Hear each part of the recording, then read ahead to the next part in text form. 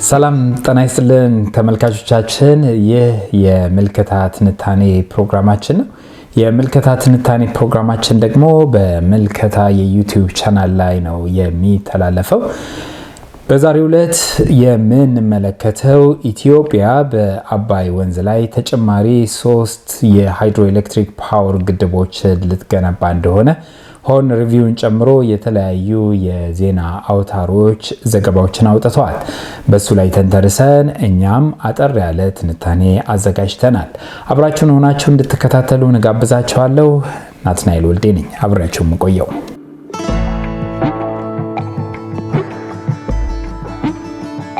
ግብጽ የአባይ ወንዝን በብቸኝነት ለመቆጣጠርና ኢትዮጵያ በቀይ ባህር ላይ ያላትን ተጽዕኖ ለማዳከም ከ1870ዎቹ ጀምሮ እስከ ዛሬ ድረስ የተለያዩ ስትራቴጂዎችን ስትተገብር ቆይታለች። ይህ የግብጽ ጂኦፖለቲካዊ ፍላጎት ኢትዮጵያን በቀጥታ ወረራ ከመሞከር አንስቶ የውስጥ የታጠቁ ኃይሎችን በእጅ አዙር እስከ መደገፍ የዘለቀ ነው። ይሁን እንጂ ኢትዮጵያ ታላቁን የህዳሴ ግድብ በተሳካ ሁኔታ ማጠናቀቋና ተጨማሪ አዳዲስ ግድቦችን ለመገንባት ማቀዷ የግብጽን የጥፋት ስትራቴጂ ለዘለቄታው ሊቀለብሰው እንደሚችል ይነገራል። በ19ኛው ክፍለ ዘመን መገባደጃ ላይ የግብፁ መሪ ኬዲፍ እስማኤል ፓሻ መላውን የአባይ ተፋሰስና የቀይ ባህር አካባቢዎችን በማካተት ግዙፍ ግዛት ለመመስረት አልሞ ነበር። የውጭ ጉዳይ ኢንስቲትዩትና የታሪክ ማህደሮች እንደሚያስረዱት ይህንን እቅድ ለማሳካት ግብጽ እንደ አውሮፓውያን አቆጣጠር በ1870ዎቹ በኢትዮጵያ ላይ ቀጥተኛ ወረራ ፈጽማለች። ነገር ግን በ1875 በጉንደትና በ1876 በጉራ በተደረጉ ታሪካዊ ጦርነቶች በአጼ ዮሐንስ አራተኛና በራስ አሉላ አባ ነጋ የተመራው የኢትዮጵያ ጦር የግብፅን ዘመናዊ ጦር ክፉኛ በመደምሰስ የግብፅን ቀጥተኛ ወረራ ለዘለቄታው አክሽፎታል። ይህ ድል ኢትዮጵያ በውሃ ሀብቷ ላይ ያላትን ሉዓላዊነት ወይም ሃይድሮ ሶቨርኒቲ ያረጋገጠችበት ትልቅ ምዕራፍ እንደሆነም ይገለጻል። በቀጥተኛ ጦርነት ያልተሳካላትን ዓላማ ለማሳካትም ግብጽ ስትራቴጂዋን ወደ እጅ አዙር ወይም ፕሮክሲ ዋር ቀይራለች። ብሪታኒካና አብረን ያወጧቸው ትንታኔዎች እንደሚያሳዩት ከ1960ዎቹና 1970ዎቹ ጀምሮ ግብጽ የኤርትራ ነፃ አውጪ ግንባርን እና ተከታታይ ንቅናቄዎችን በማስታጠቅ ኢትዮጵያ ከቀይ ባህር እንድትርቅ ትልቅ ሚና ተጫውታለች። በአሁኑ ጊዜ ደግሞ ሆርን ሪቪው ባወጣው ሪፖርት መሰረት ግብጽ ከኤርትራና ሶማሊያ ጋር ያላትን ጥምረት በማጠናከር ኢትዮጵያን የመክበብ ፖሊሲ እየተከተለች ነው። ኢትዮጵያ በአባይና በቀይ ባህር ላይ ያላትን ትኩረት ለማስቀየር ግብጽ በውስጥ የሚንቀሳቀሱ እንደ ትህነግ ወይም ደግሞ ቲፒኤልኤፍ፣ የኦሮሞ ነጻነት ሰራዊትና ፋኖ ያሉ የታጠቁ ኃይሎችን በቀጥታም ሆነ በኤርትራ በኩል በማስታጠቅና በመደገፍ ኢትዮጵያን ለማተራመስ ስትሰራ መቆየቷ በስፋት ይገለጻል። ይህ የረጅም ጊዜ ስትራቴጂ ኢትዮጵያ የተረጋጋች ሀገር እንዳትሆንና የልማት አቅሟን እንዳትጠቀም ለማድረግ ያለመ ነው። ምንም እንኳን ግብጽ ተከታታይ የዲፕሎማሲና የእጅ አዙር ጫናዎችን ብታደርግም ኢትዮጵያ ታላቁን የህዳሴ ግድብ በተሳካ ሁኔታ አጠናቃ በመስከረም 2025 እንደ አውሮፓውያን አቆጣጠር በይፋ አስመርቃለች። ከዚህም ባሻገር ግሪን ቢልዲንግ አፍሪካ ባወጣው ዘገባ ኢትዮጵያ በአባይ ወንዝ ላይ ተጨማሪ 3 ግዙፍ የውሃ ኃይል ማመንጫ ግድቦችን ካራዱቢ፣ ማቤልና ማንዲያ ለመገንባት ማቀዷንም አስታውቀዋል።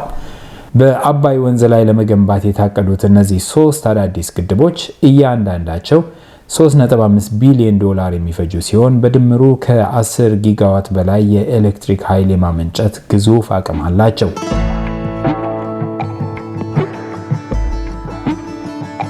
ይህ ግዙፍ ሀገራዊ የልማት እርምጃ ለኢትዮጵያ ዘርፈ ብዙ ጂኦፖለቲካዊና ኢኮኖሚያዊ ፋይዳዎችን የሚያስገኝ ይሆናል። በመጀመሪያ ደረጃ ፕሮጀክቶቹ ኢትዮጵያ በተፈጥሮ ሀብቷ ላይ ያላትን የሉዓላዊነት መብትና የውሃ አጠቃቀም በተግባር በማረጋገጥ ወደ ማይቀለበስ ወይም ሪቨርሰብል ደረጃ ያሸጋግሩታል። ይህ ደግሞ ግብጽ ለዘመናት ስታራምደው የነበረውን የታሪካዊ የውሃ ባለቤትነት መብትና የብቻ የበላይነት ትርክት ለአንዴና ለመጨረሻ ጊዜ የሚያከሽፍና መሬት ላይ ያለውን እውነታ የሚቀይር እንደሚሆን ይገመታል።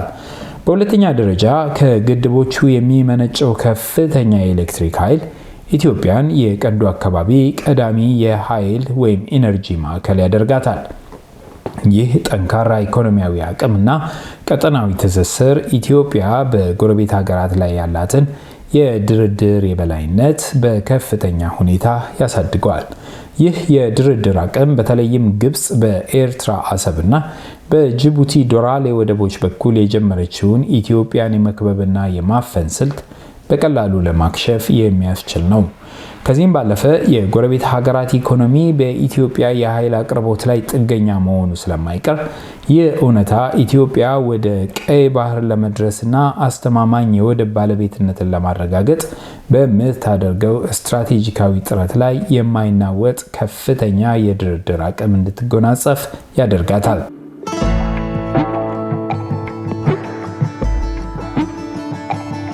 ኢትዮጵያ አዳዲስ ግድቦችን የመገንባት እቅዷን ይፋ ማድረጓን ተከትሎም ግብጽ እነዚህን ፕሮጀክቶች ለማክሸፍ የሚከተሉትን ስትራቴጂካዊ እርምጃዎች ትወስዳለች ተብሎም ይጠበቃል።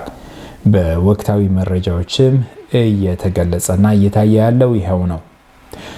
ልክ በታላቁ የህዳሴ ግድብ ወቅት እንዳደረገችው ግብጽ አሁንም የዓለም ባንክ፣ የዓለም የገንዘብ ድርጅት ወይም IMF እና ሌሎች ዓለም አቀፍ አበዳሪ ተቋማት ለነዚህ አዳዲስ ፕሮጀክቶች ብድር እንዳይሰጡ ከፍተኛ የሆነ የዲፕሎማሲ ዘመቻ ልታካሂድ ትችላለች።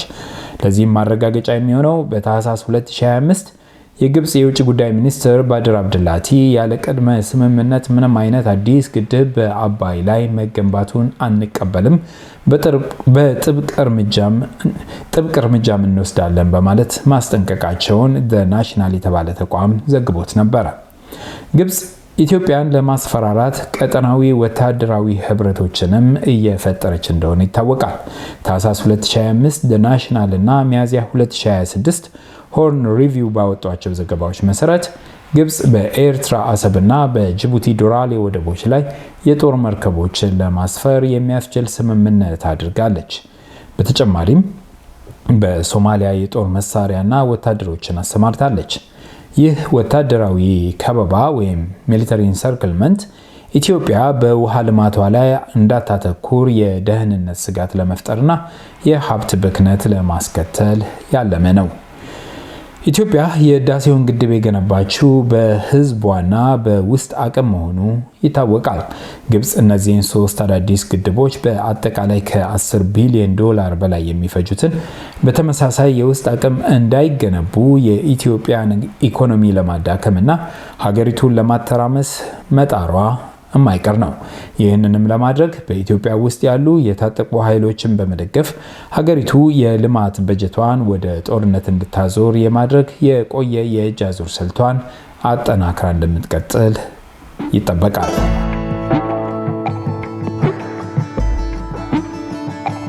ለማጠቃለል ያህል ከ1870ዎቹ ቀጥተኛ የጦር ሜዳ ውጊያዎች እስከ ዛሬው የእጅ አዙር ጦርነቶችና ወታደራዊ ከበባዎች ድረስ የግብጽ ዓላማ ኢትዮጵያን ማዳከም ነው።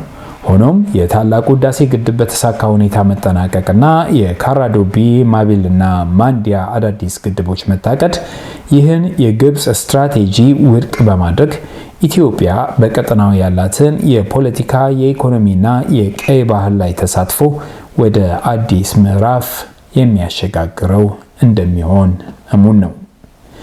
ተመልካቾች፣ የዛሬው የምልከታ ትንታኔያችን ይህን ይመስል ነበር።